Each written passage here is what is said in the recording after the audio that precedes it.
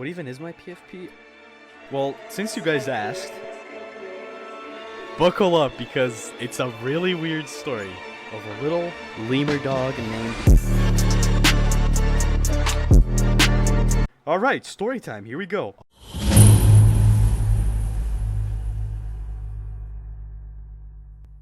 Our story takes place in an alternate universe, and there is these lemur dog creatures. They are not any creature that currently exists or that has existed. They are their original species created by me, and they look like the little guy on my profile picture. They have their own civilization, they have their own community, and they thrive. They make their own little houses, they hunt, they gather, and they have their little village, and they are very smart little critters, right?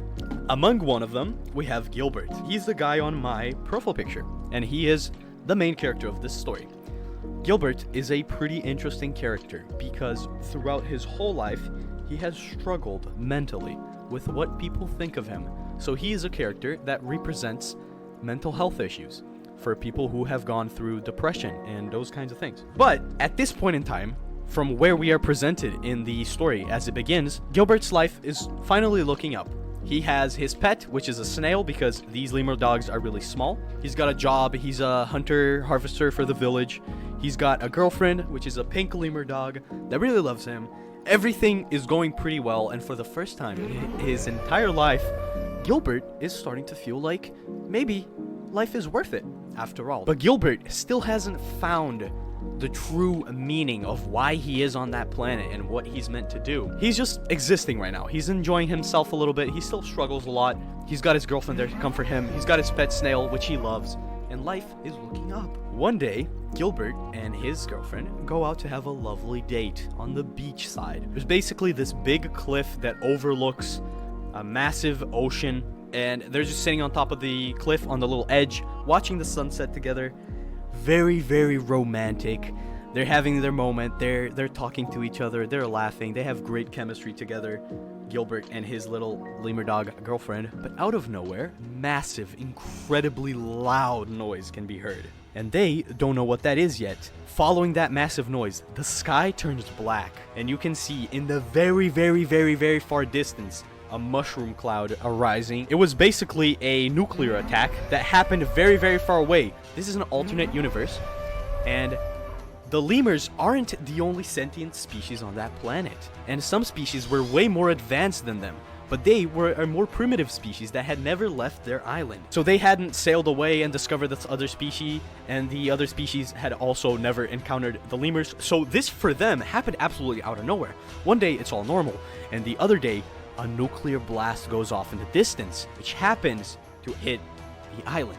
It ends up knocking Gilbert away, and he falls on his face, which really hurts him. It really fucks up his face. He's got blood all over his eyes, but as soon as he looks to the side, he sees that his girlfriend was also hit by the shockwave, and she didn't make it because she got knocked into a rock, and she hit her head, and her skull split open.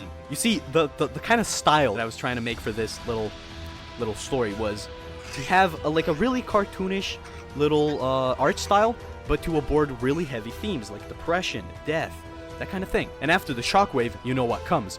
The sky turned completely black. This big wave of ash is coming over, and it's gonna just melt everyone's skin off. Gilbert starts running for his life, and he goes straight home trying to get his snail. He pulls the snail out of his little box, and he just starts running. He sees on the horizon the big cloud coming. Nobody on the village even cares because they don't see it yet. They just heard the noise, and the shockwave didn't really get to them because it kind of hit the rocks on the side of the island. The island's really high up on the they don't really have much access to the sea.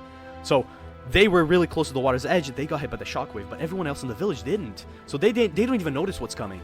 Gilbert starts trying to warn everybody. They just call him crazy because he's had mental struggles in the past, so nobody really takes him seriously. So he just takes his pet snail and he starts running for his life. And he starts climbing up the mountain because he sees in the distance the cloud of ash coming to doom everyone, climbing up this mountain, trying to get away from the cloud of ash that's going to cover everybody up and like melt them alive or whatever.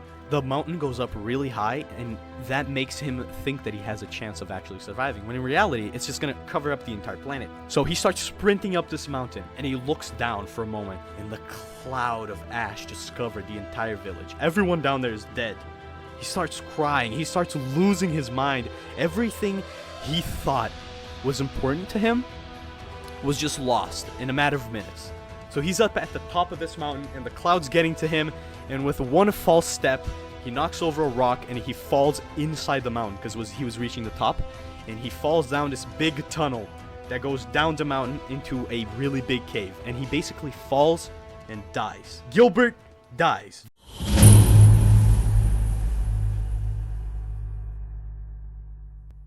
Gilbert is dead. He's on the floor. All his bones are cracked. His skull is split open, just like his girlfriend's was, and there's a pool of blood forming under him. Since this is an alternate universe, obviously, things are not going to be very logical, mind you.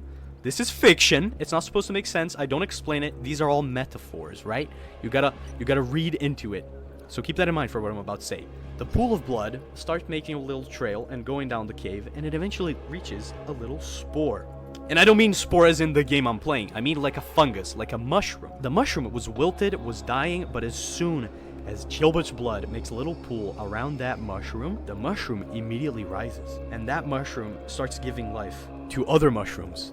And those mushrooms start following the blood trail leading to Gilbert's body. And they keep growing and sprouting out of the ground and out of each other. And suddenly, they absolutely consume Gilbert's body. Gilbert's body regains conscience.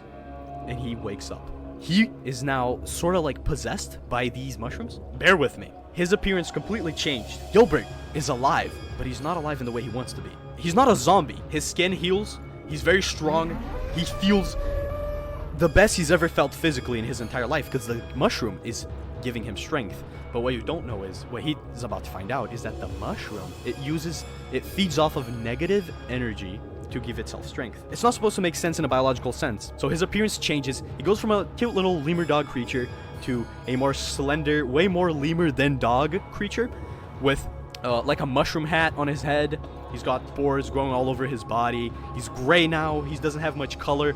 The only color he has on his body are the mushrooms. The mushrooms are growing. The mushrooms are thriving. The mushrooms are really bright and colored, and they're absolutely thriving off of him because they're feeding off of his bad energy. But Gilbert himself, the parts of him that are still him, have completely lost color. Gilbert is trapped inside this cave. He's got this big mushroom feeding off his negative energy. He's got nothing to smile about in his life because he's trapped inside a dark cave after he's just lost everyone and everything. He just starts wandering around this cave. And here's the thing. Since the mushroom's strength comes from Gilbert's suffering, Gilbert couldn't even kill himself if he tried. So he's practically immortal. He's just gonna feel pain after pain and suffering, and that's just gonna strengthen his mushroom, and he's just gonna become stronger and less Gilbert and more mushroom. The more suffering he goes through, the more monstrous he becomes. The snail died, by the way. The snail cracked its shell. The snail's dead. He starts wandering around inside that cave.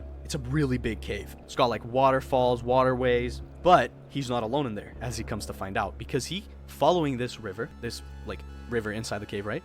He comes across some rocks that almost seem like they've been sculpted. And as he takes a look, he realizes that that is someone's home.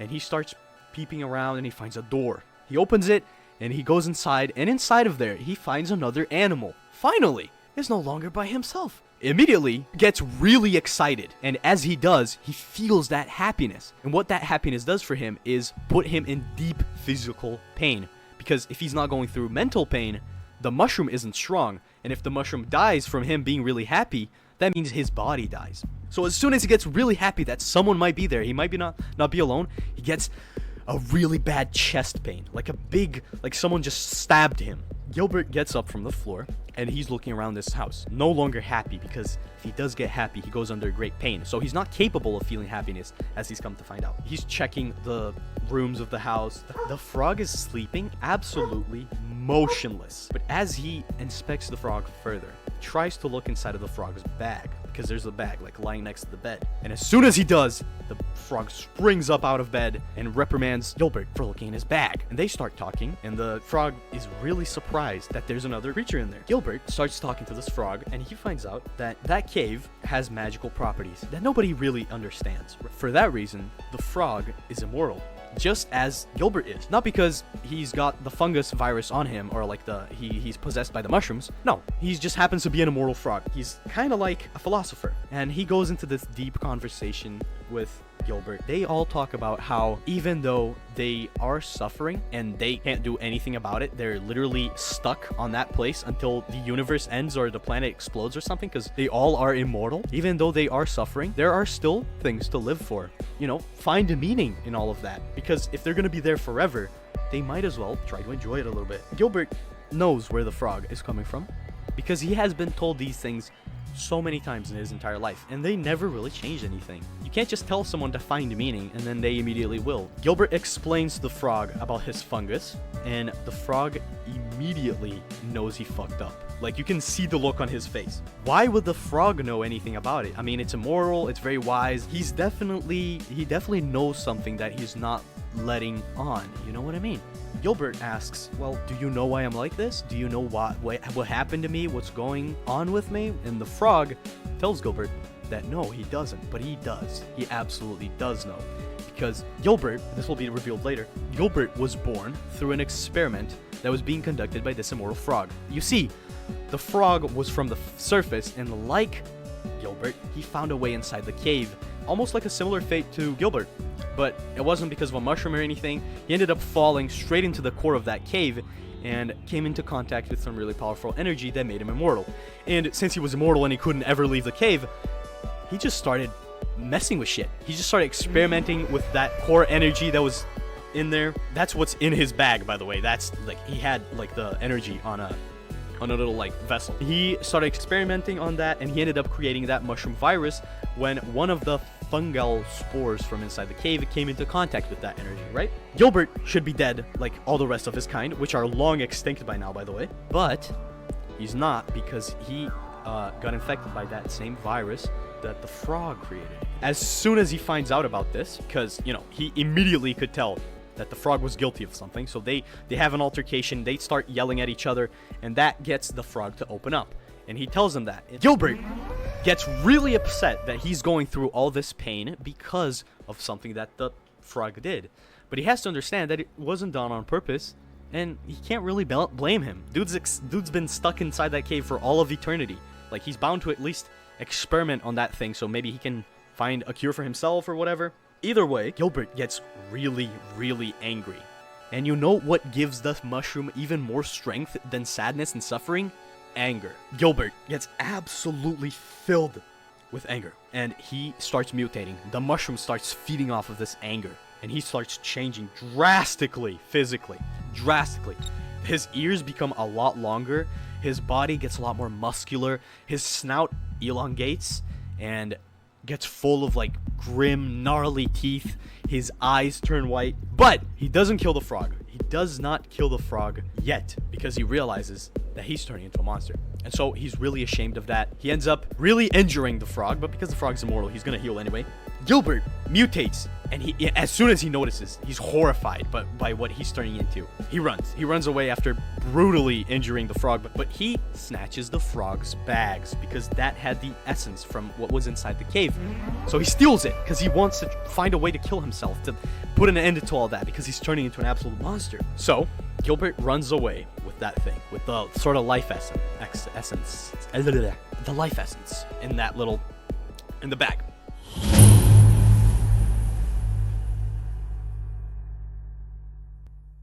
He just starts digging, absolutely clawing through, because he's stronger now, right?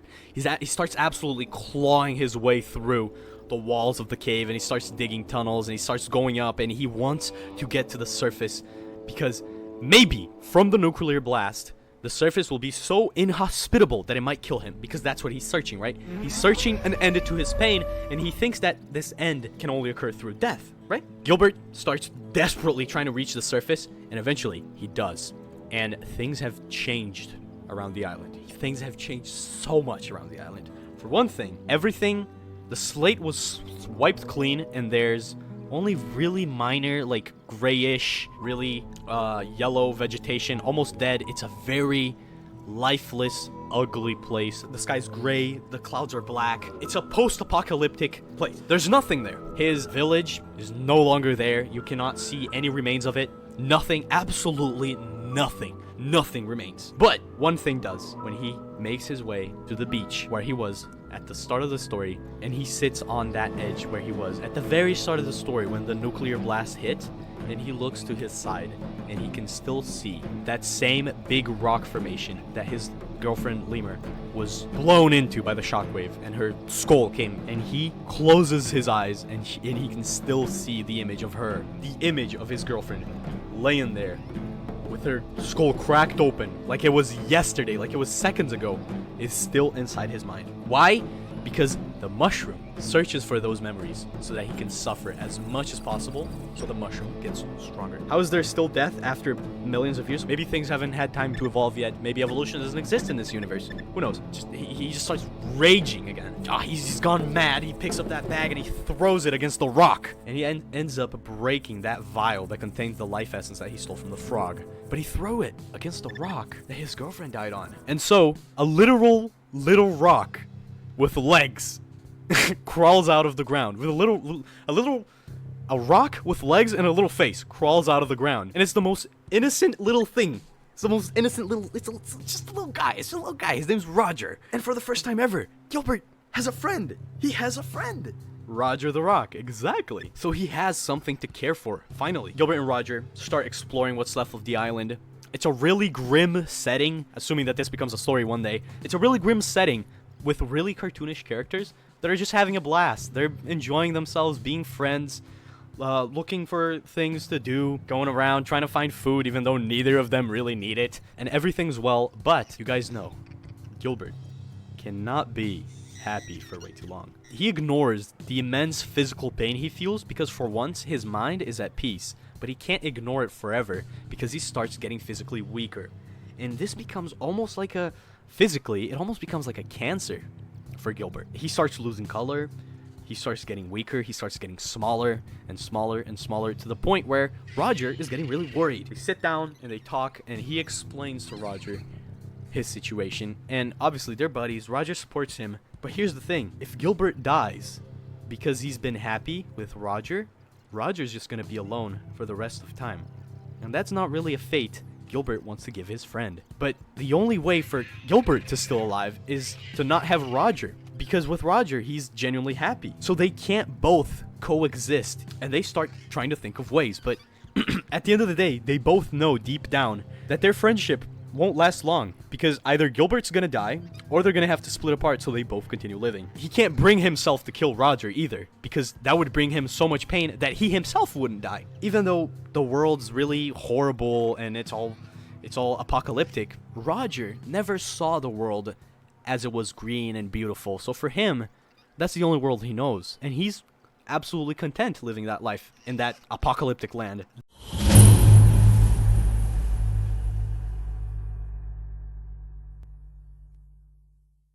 The frog from earlier. Oh boy. All this time that Gilbert has been on the surface, the frog has been down there. And he's been thinking of a way to try and kill Gilbert. And why is he worried about that? Isn't he immortal? Doesn't he want to die too so they can all chill, live in peace? Is death a fate better than living in misery?